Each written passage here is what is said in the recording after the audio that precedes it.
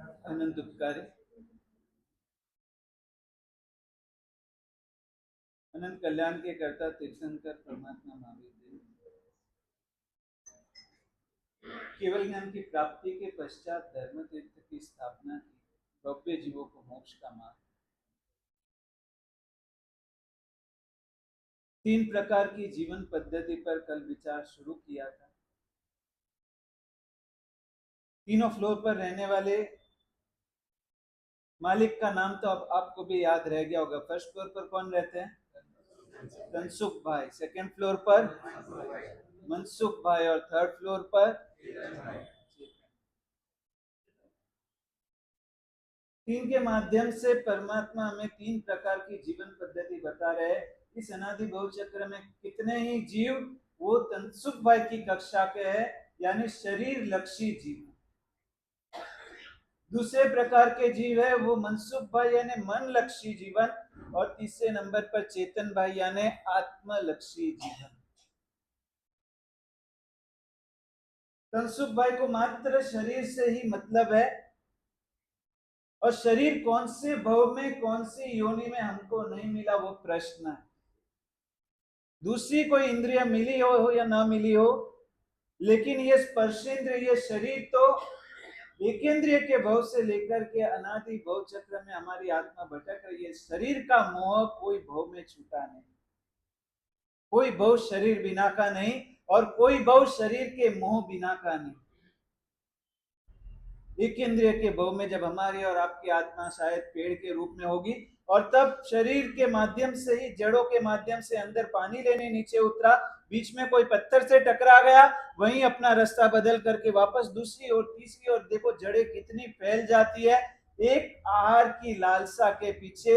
एक इंद्र के भव में भी इस शरीर को हमने तुष्ट और पुष्ट किया। ये कीड़े मकोड़े चींटियां देखो, धूप आते ही सब चींटियां यहाँ से वहां दौड़ जाती है। उस भव में भी शरीर के सुख से सुखी और शरीर के दुख से दुखी, ये हमारे अनंत भूतकाल की पूरी कथा है। हमारे पूरे भूतकाल की कहानी क्या? तो शरीर के सुख से सुखी और शरीर के दुख से। ये तनसुख भाई की भूमिका में इतने भव निकाले, और इस भव में भी शायद आज भी इस शरीर के पीछे हमने कितना भोग दिया।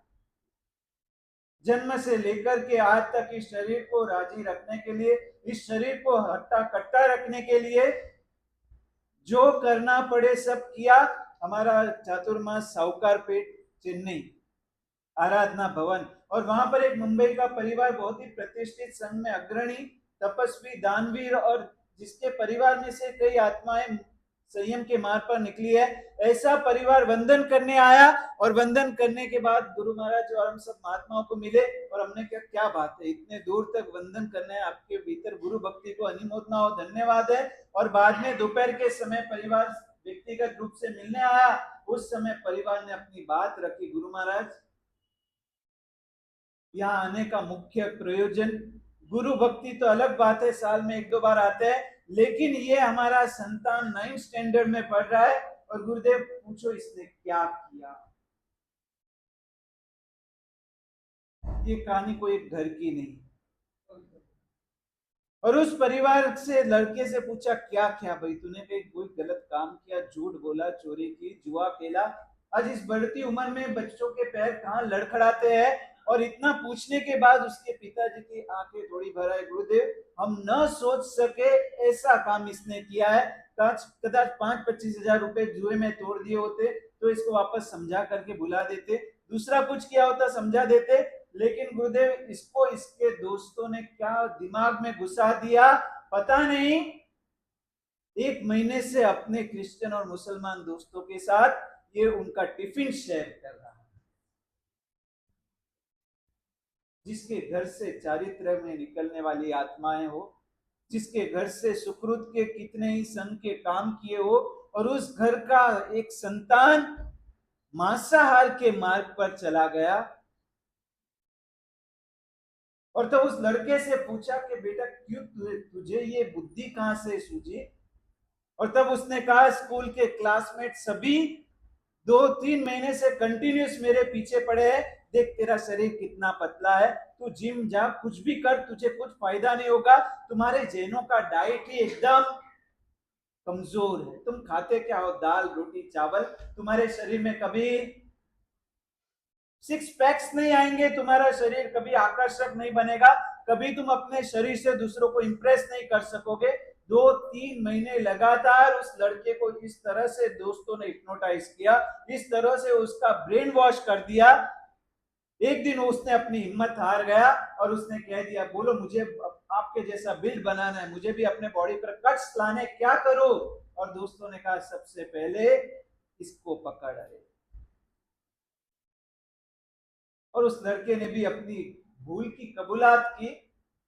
गुरुदेव पता नहीं उस समय क्या मन में सूझ गया, 1 महीने तक एक ही भूत सराहा था, इस शरीर को हट्टा कट्टा बना।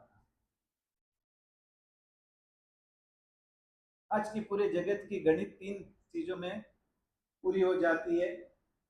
ऐसे देखो ना, तो आज सबका एक ही लक्ष्य है जिंदगी का, शरीर को हट्टा कट्टा बनाओ, दिमाग को तेज और तीक्ष्ण बनाओ, और मन को जो चाहिए वो देकर के भी मन को राजी खुशी रखो। आज युवा वर्ग के पास इन 3 के अलावा लक्ष्य क्या है? और कोई चौथा लक्ष्य होगा तो वो है कि जीवन में जितना हो सके उतना पैसा कमाओ। ये 4 के अलावा जीवन की कोई दूसरी दिशा ही नहीं।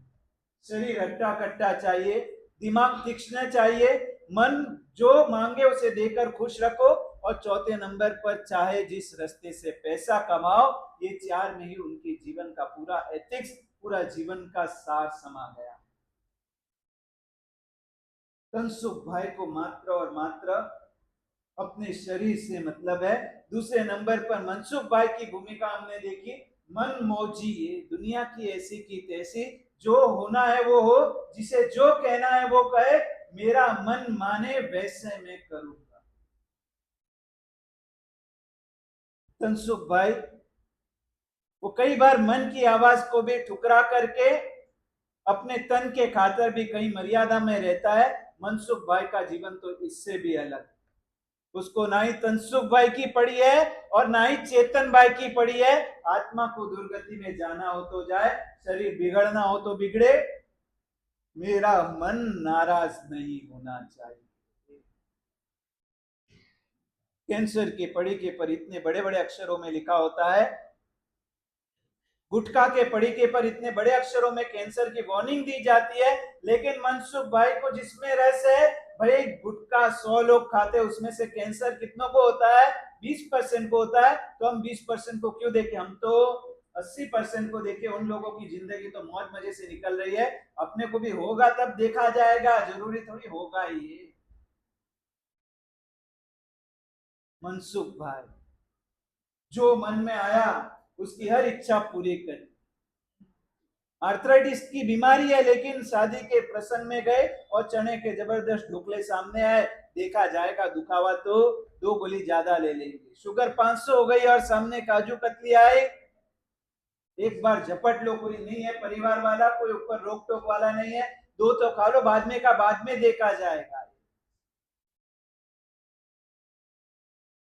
उस राजा की घटना शास्त्र में आती है।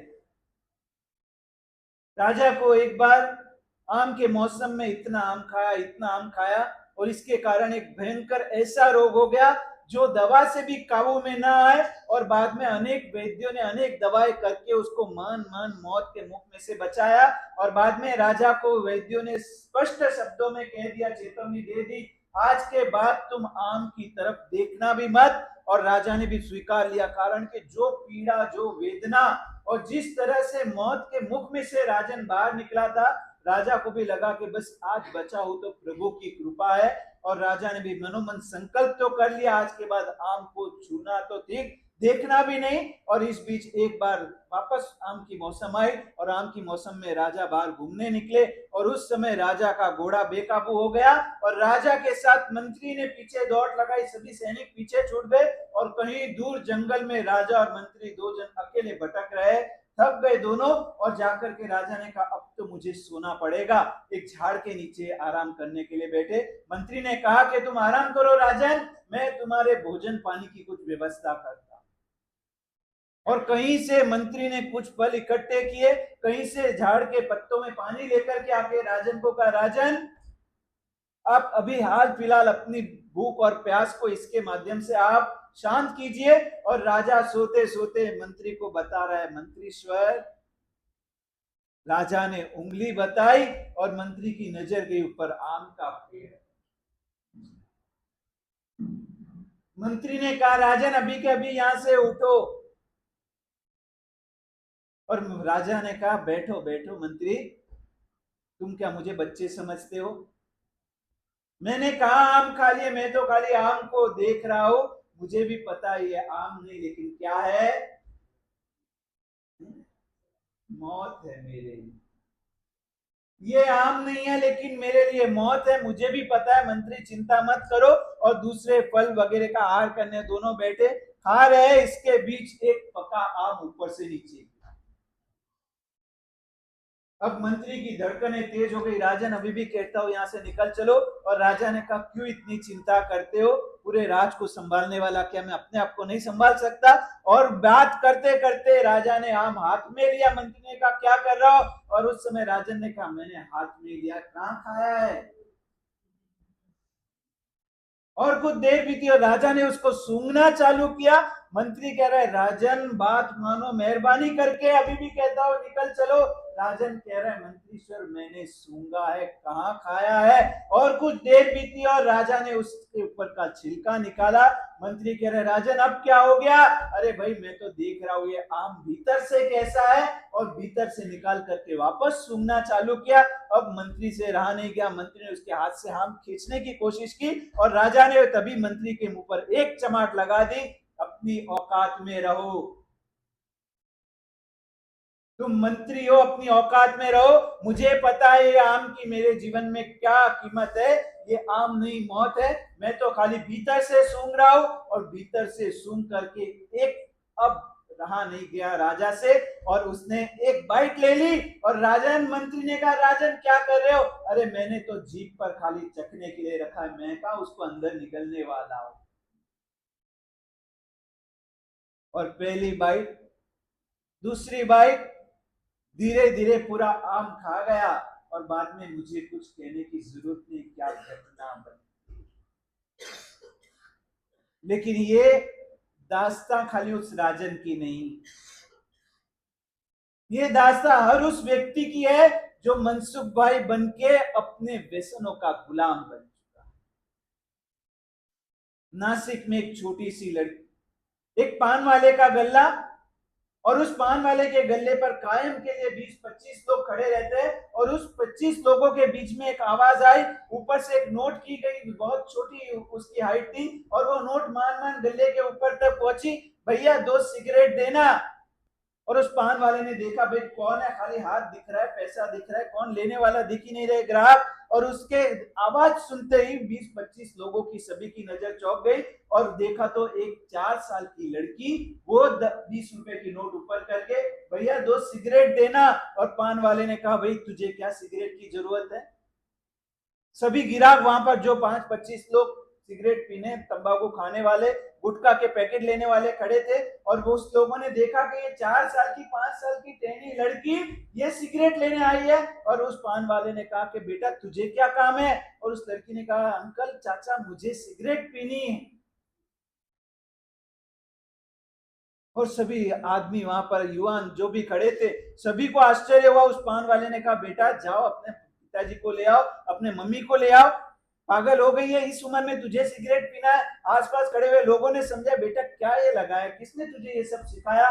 और उस समय वो लड़की कह रही है, अंकल ने कहा मेरे पिताजी को ले आओ, लेकिन मेरे पिताजी तो इसी सिगरेट और गुटखा के व्यसन में 2 साल पहले ही कैंसर में मर गए,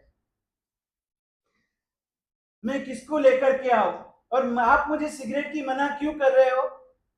मेरे पास ना ही मेरे जिंदगी में कोई मेरे बाल बच्चे जिसकी जिम्मेदारी मेरे सर पर हो, ना ही मेरे कोई ऐसे बुजुर्ग माता पिता है कि जिसका मुझे पालन पोषण करना हो। तो फिर आप मुझे मना क्यों कर रहे हो? यहाँ खड़े हुए सभी लोगों को पूछो, उनके घर पे बाल बच्चे हैं, उनके घर पर माँ बाप है, फिर भी वो लोग व्यसन छूट से कर सकते हैं, तो मेरे जीवन में तो कोई ऐसी कोई जिम्मेदारी नहीं। अरे भाई, मैंने तो अपने पिता को भी इस व्यसन के कारण घुमा दिया। अब बोलो, मुझे सिगरेट ना कहने का तुम्हारा कारण क्या है? ये नासिक की लड़की ने आज तक करीबन 400 लोगों को इस तरह से व्यसन छुड़ा। उसके पिता चल बसने के बाद एक 4-5 साल की लड़की को मन में हुआ, मेरे पिताजी गए हैं, लेकिन मैं, मेरे दूसरी जो बहनें हैं, दूसरे जो भाई है, छोटे बच्चे हैं, उनके सर से उनके पिताजी न जाए, इसके लिए वो इस तरह से पान के गल्ले गल्ले पर घूम करके वहां खड़े हुए व्यस्ती लोगों को उपदेश दे। मनसुख भाई, पूरी जीवन का केंद्र स्थान किसे बना के जी रहे हम? मनसुख, जो मन में आया, मन को नाराज करना। आज हमारी जीवन की घटना भी देखिए, कायम के लिए जीवन में दो चीजें चल रही है।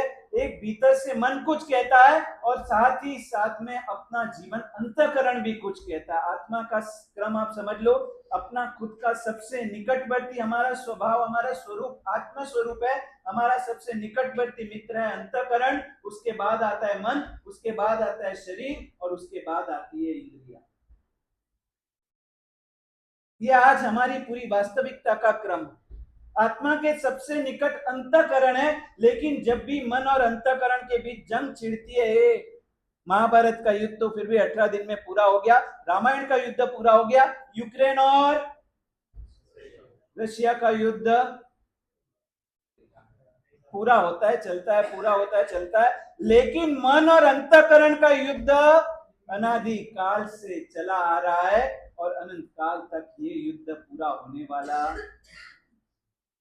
जब जब मन ने कुछ कहा है, जब जब मन ने गलत सोचा, कहा या किया है, तभी उस समय अंतःकरण ने भीतर से कहीं ना कहीं तो साक्षी दी होगी कि भाई ये करने जैसा, ये कहने जैसा। लेकिन मन वो युवान के स्थान पर है, और अंतःकरण वो निर्दोष बालक के स्थान पर है।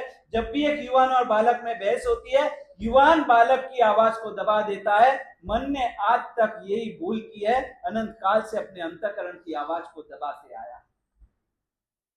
अंतःकरण ने भीतर से चेतावनी दी ही होगी, भाई तू ये नहीं देख सकता, तू ये नहीं खा सकता, तू ये नहीं कर सकता। मन कहता है चुप चुप चुप रहने दे, कौन से जमाने में जी रहा है, पता है तुझे कुछ? कौन देखने वाला है यहाँ पर? इतना सोचेगा तो पागल हो जाएगा।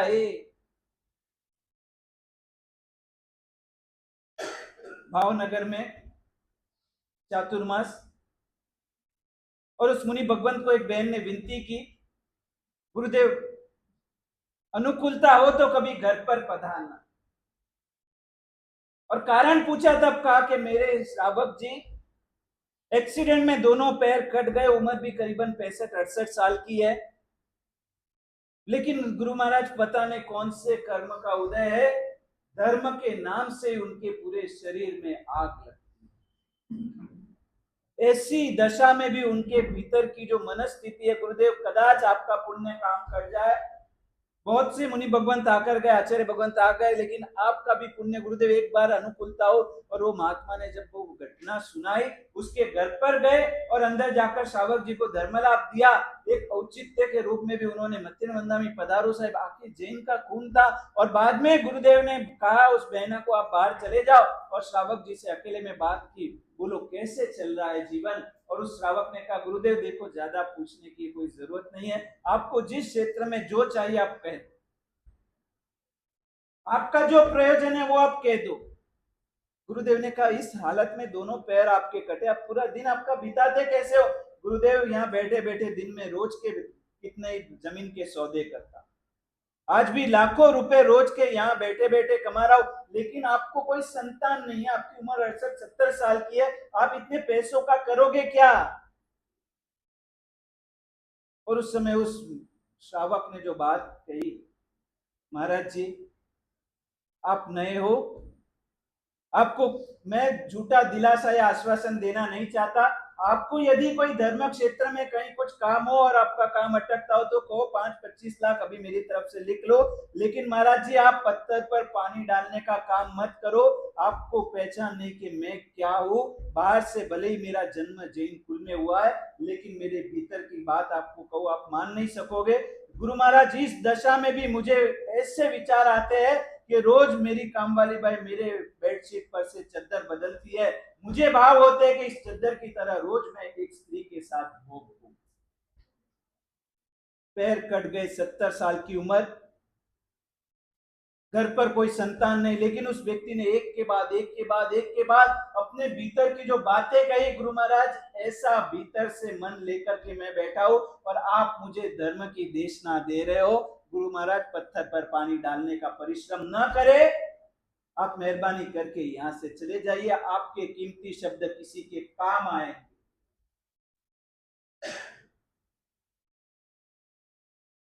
मन और अंतःकरण की लड़ाई। आज हमारा ये मन, इंसान के पोत के बीच भी कहीं हम शैतानियत तक पहुंच जाते हैं। दुनिया शायद हमें सज्जन माने, दुनिया भले हमें जेंटलमैन माने, लेकिन इस मन ने हमें कहां तक गिराया है उसके साक्षी हम स्वयं हैं। मनसुख बात, मन की इच्छा हुई, बस उसी को जीवन का केंद्र स्थान बना दिया। केंद्र बिंदु बहुत महत्व का है। ये हमारा धर्म, हमारी संस्कृति, पूरी आर्य संस्कृति के केंद्र बिंदु में आत्म तत्व रहा करता था। ये हिंदू शब्द का अर्थ क्या? हम कहते हैं हिंदुस्तान, हम हिंदू प्रजा है। हिंदू शब्द का अर्थ क्या? हिंडन के भवात भवन, एक भव में से दूसरे भव में आत्मा हिंडते यानी भ्रमण करती है, ऐसी मान्यता जिसकी है वो सब हिंदू। इस धरती में रहने वाले, जन्म लेने वाले हर एक जीव का केंद्र बिंदु आत्मा होती थी। इस धरती पर रहने वाला हर एक जीव 3 शब्दों से डरता था, पाप, बाप और सांप। आज सांप का नाम लो तो भी चालू व्याख्यान में पीछे से कोई आवाज लगा दे, ये सांप आया सांप आया सांप आया, क्या होगा हालत? व्याख्यान में एकाकार होकर हाथ जोड़ के सुनते रहोगे। सांप का नाम पढ़ते ही इंसान भीतर से भयभीत हो जाता है, डर जाता है। वैसे ही आज से पहले बाप का नाम, कोई भी लड़का कोई दुष्कृत्य करता, कोई उसको कह देता देख तेरा पिताजी यहाँ, तेरा बाप आ रहा है, बाप का नाम सुनते ही उसके पसीने छूटते, उसके हाथ पैर कांपने लगते, ओ पिताजी आ रहे, पप्पा आ रहे, बाप आ रहा है, अभी पकड़ लिया तो। आज घर में से धर्म टूटा है, वो एकमात्र हमारी तकलीफ नहीं है, लेकिन घर और परिवार में से समझ और शर्म भी टूटी है, ये बहुत बड़ी नुकसान है। वरना परिवार में किसकी शर्म से भी कहीं ना कहीं हमारे पैर अटक जाते। आज शर्म किसकी बची है? सांप से डरता इंसान, बाप से डरता, और तीसरे नंबर से डरता तो पाप से डरता। बचपन से एक छोटे बच्चे को कुछ भी घटना बने, बेटा इसमें पाप लगता है, और बचपन से उसके दिमाग में पाप और पुण्य के तत्व बैठा है।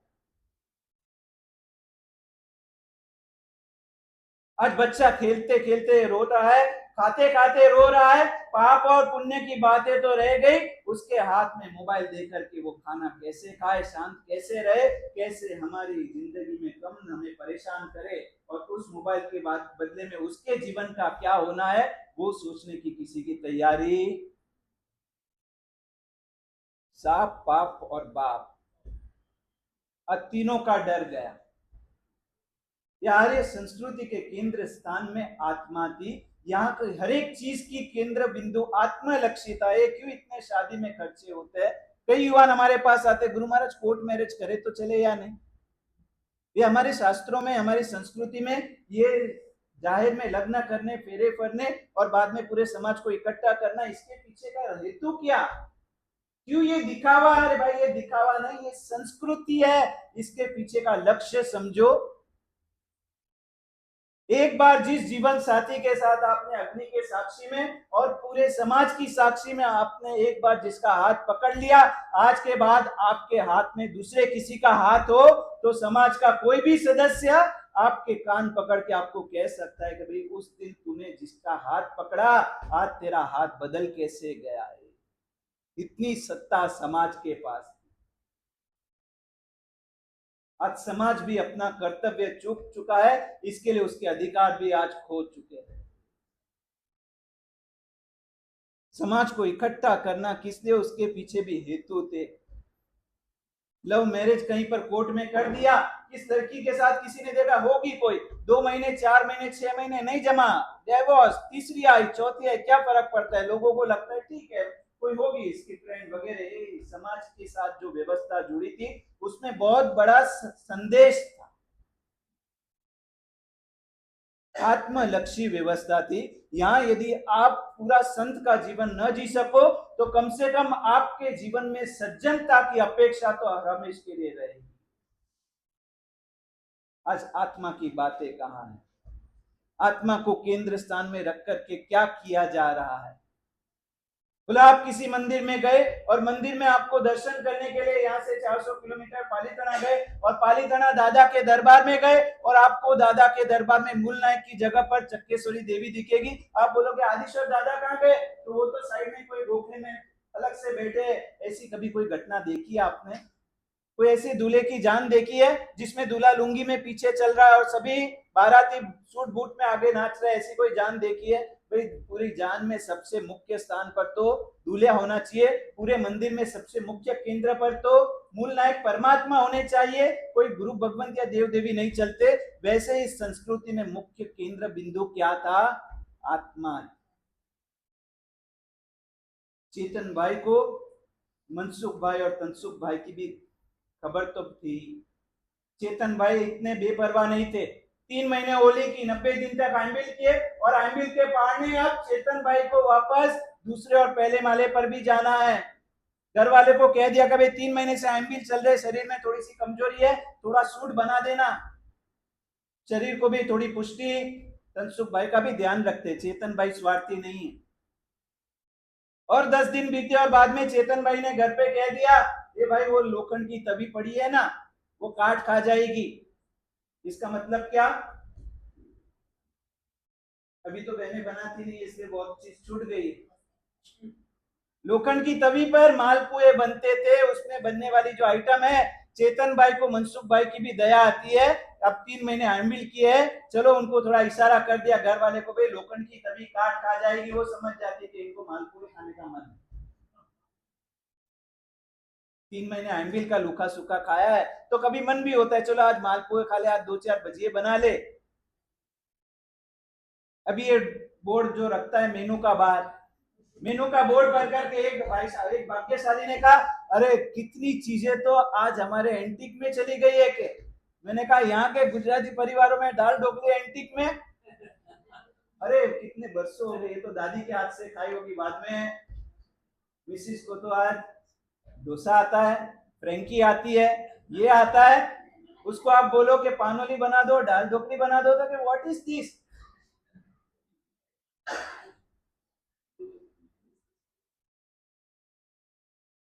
आत्मलक्षी जीवन पद्धति, जो भी करो उसके केंद्र बिंदु में आत्मा होती। आज ये चातुर्मास का पर्व शुरू हो चुका है। चातुर्मास में जैना का पर्व है।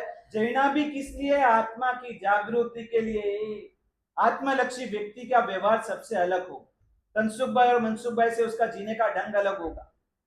2 व्यक्ति एक साथ में ग्लास लेकर भाग रहा है, पहला व्यक्ति भागा, आपको पता चल गया कि इसका ग्लास खाली है क्योंकि भागने का तरीका ही ऐसा बेपरवाह था। दूसरा व्यक्ति ग्लास लेकर के चल रहा है और चलने के तरीके से आप अंदाज लगा देते हो कि इसके ग्लास में पानी होता है तो चलने का तरीका बदल जाता है। वैसे जिसके भीतर में केंद्र स्थान में आत्मा है वो आपके साथ बोलेगा, धंधा करेगा, व्यापार करेगा, व्यवहार करेगा, आप उसको पहचान जाओगे कि ये व्यक्ति आत्मलक्षी व्यक्ति है, क्योंकि उसके हर एक तौर तरीके में आत्मा का केंद्र स्थान कहीं भी विस्मृति नहीं होती थी उसकी। आज हमारे जीवन में भी ये कमी आ गई है, हम आत्मा को याद ही नहीं करते। ये करेंगे तो इसका फल भुगतना पड़ेगा। आज दूसरे के साथ ये कर रहा हूं, ऐसा ही व्यवहार मेरे साथ कोई करेगा तो मेरी तैयारी है सहन करने की। वो साध्वी जी भगवंत विहार कर रही थी और विहार में थोड़े से कोई कीचड़ का स्थान आया और कीचड़ के स्थान में चलते चलते पैर रखा और पैर के नीचे एक छोटी सी लोखंड का एक टुकड़ा, और वो टुकड़ा पैर में लगते ही पैर में से एक घाव पड़ गया और खून की धारा निकल गई। दूसरे सहभागी साध्वी जी भगवंतों ने देखा तो चीरा पड़ गया, चीरे में से खून निकल रहा है। किसी के पास राख था, राख लगाया, किसी के पास चूना था, थोड़ा चूना दबाया, फिर भी घाव इतना गहरा लग गया था, खून रुक नहीं रहा है। थोड़ा आगे चले, अभी भी उपाश्रय को तो 1.5-2 किलोमीटर का विहार बाकी था। पास में एक कोई किराने की दुकान मिली, उससे भाग्यशाली कोई आपके पास थोड़ी हल्दर मिलेगी, हल्दी लेकर के दबाई। जैसे तैसे खून रुका तो नहीं, लेकिन कम हुआ और उस पैर से खून वाले पैरों से उपाश्रय में पहुंचे और पहुंचते उनको एक पाट पर बैठाया गया और दूसरे साध्वी जी ने अपने पास से फर्स्ट एड बॉक्स निकाला किसी के पास और उपाश्रय में से सब बैंडेज वगैरह मंगा के उनका ड्रेसिंग किया और गुरु ने आकर के कह दिया एकादश का पचकान सुबह ले लिया है, अब आपको पचकान बदलना है क्या? और साध्वी जी भगवंत कहते नहीं साहब, आपकी कृपा से ये छोटी मोटी तकलीफें तो आती है, इसके कारण पचकान आप बैठे हो गुरुदेव, आप सब संभाल रहे हो, मुझे कहा एकादश ना करना है, आप करवा रहे हो, आप ही कर रहे हो।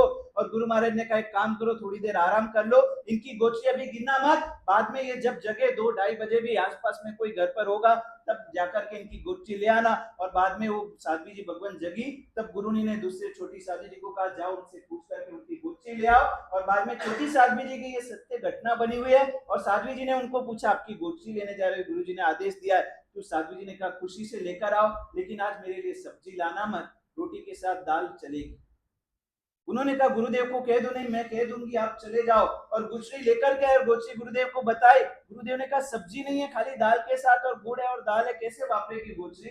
और बाद में गोची लेकर गए, उनको कहा आपने सब्जी मना की है। तो उसने साध्वी जी ने अपने पाठ सर पे खड़ी हुई और गुरुदेव को कहा गुरुदेव आज इन्होंने पूछा मुझे आपसे बात करनी थी, लेकिन ये जख्म के वेदना के कारण वहां तक आ नहीं सकी, आप आयो गुरुदेव, आज आपसे एक इच्छा है, प्रार्थना है। आज जिस समय चलते हुए कीचड़ में मेरा पैर एक छोटी सी ब्लेड जैसी एक तीक्ष्ण धारदार वस्तु पर आया लोखंड की और मुझे पैर में चीरा आ गया, मुझे टिटनेस का इंजेक्शन लगाया, पूरा रास्ते खून बहा। और गुरुदेव उस वेदना के भीतर एक विचार आया, इस छोटे से लोखंड के टुकड़े के ऊपर पैर आने से ये 6 फुट की काया पूरी निरोगी है, एक इतना सा चीरा और इतनी पीड़ा, इतनी वेदना और भीतर से इतनी व्याकुलता, इतना दुख। गुरुदेव उस समय इच्छा हुई थी आप यदि अनुज्ञा दो तो मुझे विचार आता है 6 फुट की काया के नीचे इतनी ब्लेड आ जाए और इतनी वेदना, जब एक कोमल वनस्पति की काया के ऊपर इतनी बड़ी बड़ी चाकू और सब चलती है। गुरुदेव आपकी इच्छा हो तो जीवन भर के लिए लीलोत्री त्याग। और जहां उस साध्वी जी ने ये बात कही, उनके गुरु जी ने कहा लेकिन जीवन भर कैसे, तिथि के दिन भी यहाँ पर तो सूखी सब्जी नहीं मिलती, रोज क्या करोगे? गुरुदेव आपकी कृपा से जीवन तो कितना है, 5-25 साल 50 साल कहीं बीत जाएंगे गुरुदेव, बस वो वेदना दिमाग में आती है और लीलोत्री मुंह में डालते ही आंख में पानी आ जाता है। उसके गुरु ने देखा कि इसका वैराग्य सच्चा है, जीवन भर के लिए उसे लीलोत्री का त्याग। मुंबई में मिले थे पूज्य जगवल्लभ सूरी महाराज, धर्मचक्र तीर्थ के प्रणेता। उनके जीवन में दीक्षा के कुछ साल बाद ही प्रेम सूरी महाराज ने उनको जावत जीव लीलोत्री का त्याग दे दिया। आज उनका चारित्र पर्याय 60-70 साल का जो भी होगा, 60 साल से बिना लीलोत्री का जीवन जी। उनको आमरस बहुत पसंद। उनके गुरु ने देखा कि ये भविष्य में शासन का कोई बड़ा सितारा बनेगा, इसको सब तरीके से तैयार करना है। और एक दिन आमरस के सीजन में आमरस के लिए बाजू में बैठाया और आमरस सभी को सर के बाग में, गोचरी में तो कहां से जितना चाहिए उतना मिले, बड़ा ग्रुप है, 20 खाना है, आमरस तो सबको मापसर ही आएगा, कहाँ मिलता है कहीं नहीं मिलता है, सभी को थोड़ा थोड़ा दिया। और गुरुदेव ने कहा एक काम करो, 4-5 जन को मत दो, आज इनको ज्यादा दे दो, पूरी तरफ नहीं इधर रख दो। और वो बाल मुनि खुश हो गए, क्या बात है आज गुरुदेव मेरे पर इतने बरस पड़े। एक पात्री वपराई, वापस दूसरी पात्री वपराई और पूछा बहुत अच्छा लग रहा है आमरस, भाता है? गुरु जी आता तो है, गलत क्यों कहना। तीसरी पात्री वपराई और वापरना नहीं, नहीं गुरु अभी थोड़ा पेट टाइट, थोड़ा वापर मेरे खातर, और एक पात्री वपराई, और बाद में चौथी पात्री के बाद अब का नहीं गुरुदेव अभी कुछ भी फोर्स मत करना, अभी बिल्कुल जाए ऐसा नहीं। फिर गुरु ने उस शिष्य के हाथ पर सर घुमा करके कहा, कितनी आसक्ति और कितनी विराधना, क्या करना है गुरु आपको ऐसे। गुरु ने देखा कि ये भविष्य का शासन का सितारा बनेगा, इसको तैयार करना है तो इसको वैराग्य में आगे बढ़ाना पड़ेगा। हाथ जोड़ ले जीवन के लिए आमरस त्याग।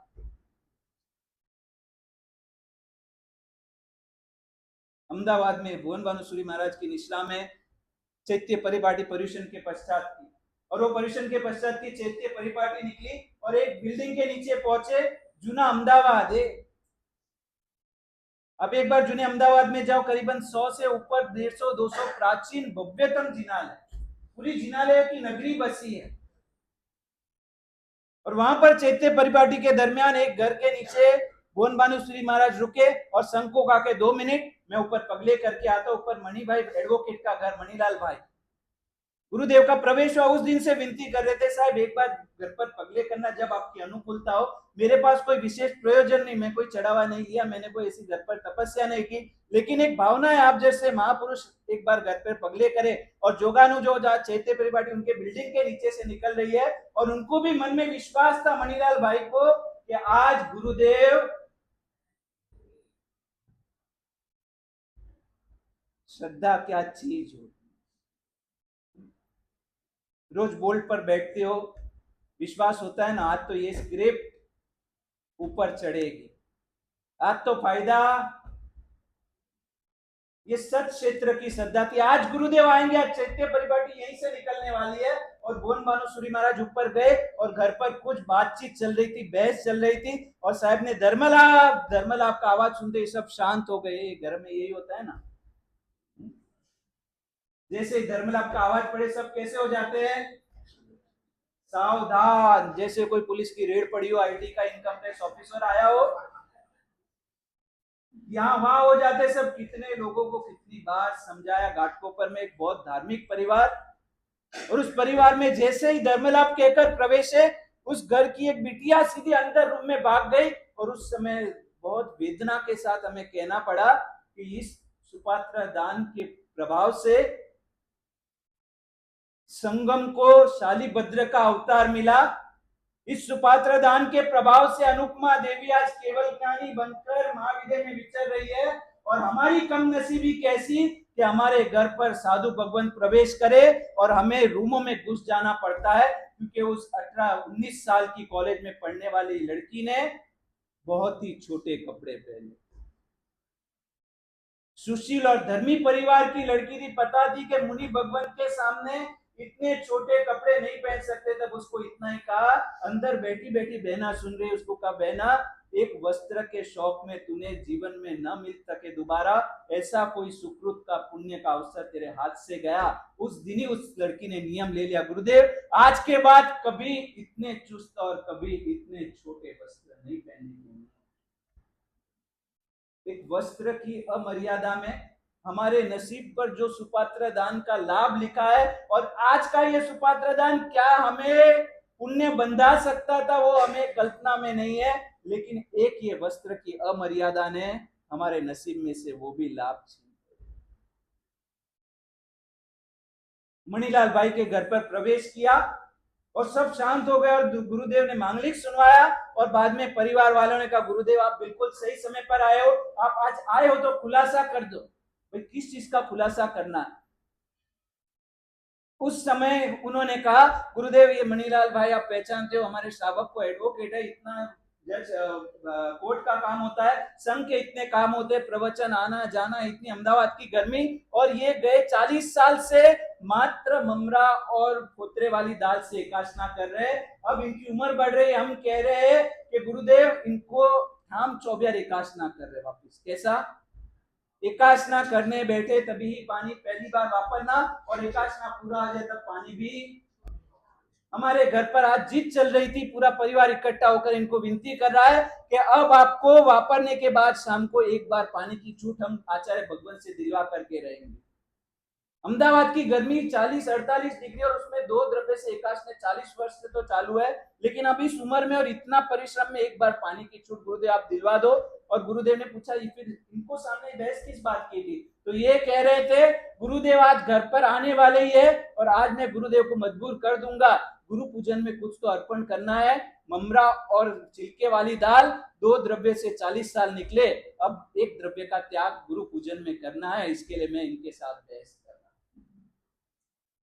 घर पर बहस किसकी चल रही थी? परिवार वाले कह रहे कि शाम को एक बार पानी भी ज्यादा वापरो और ये कह रहे कि 40 साल 2 द्रव्य से निकाले, अब शरीर को 1 द्रव्य से भी चले, ऐसा है 1 द्रव्य गुरु पूजन में आज चढ़ा देंगे। बोन भानुश्री महाराज ने अपने अनुभव में लिखा, उस समय मैं इस फैसले का कोई भी निराकरण किए बिना भीनी आंखों से उतर गया कि ये फैसला मेरे कोर्ट में सॉल्व हो, ऐसा नहीं, आप सुप्रीम में जाओ। आत्मलक्षी जीवन पद्धति क्या होती है? आज हमारे जीवन में इतना कुछ है, एक चीज ठंडी आई, एक चीज कम आई, एक चीज नहीं मिली, दूसरे के घर पर देखी, सीधा घर आकर के भाई संडे को तो ये बनाना, बहुत दिन हो गए, 2 महीने से ये चीज नहीं आई है, और बनाने के बाद भी 19-20 भी हुई तो अरे यार कितना भी कहो बाहर जैसा टेस्ट तो क्या है ये सब जीवन। बस हमारे जीवन में भी कुछ गुणों की मूड़ी इकट्ठी हो, हमारा जीवन भी आत्मलक्षी बने, हम भी चेतन भाई के परिवार वाले बने, आगे भी इस विषय पर अपन विचारना चालू रखें। शिवा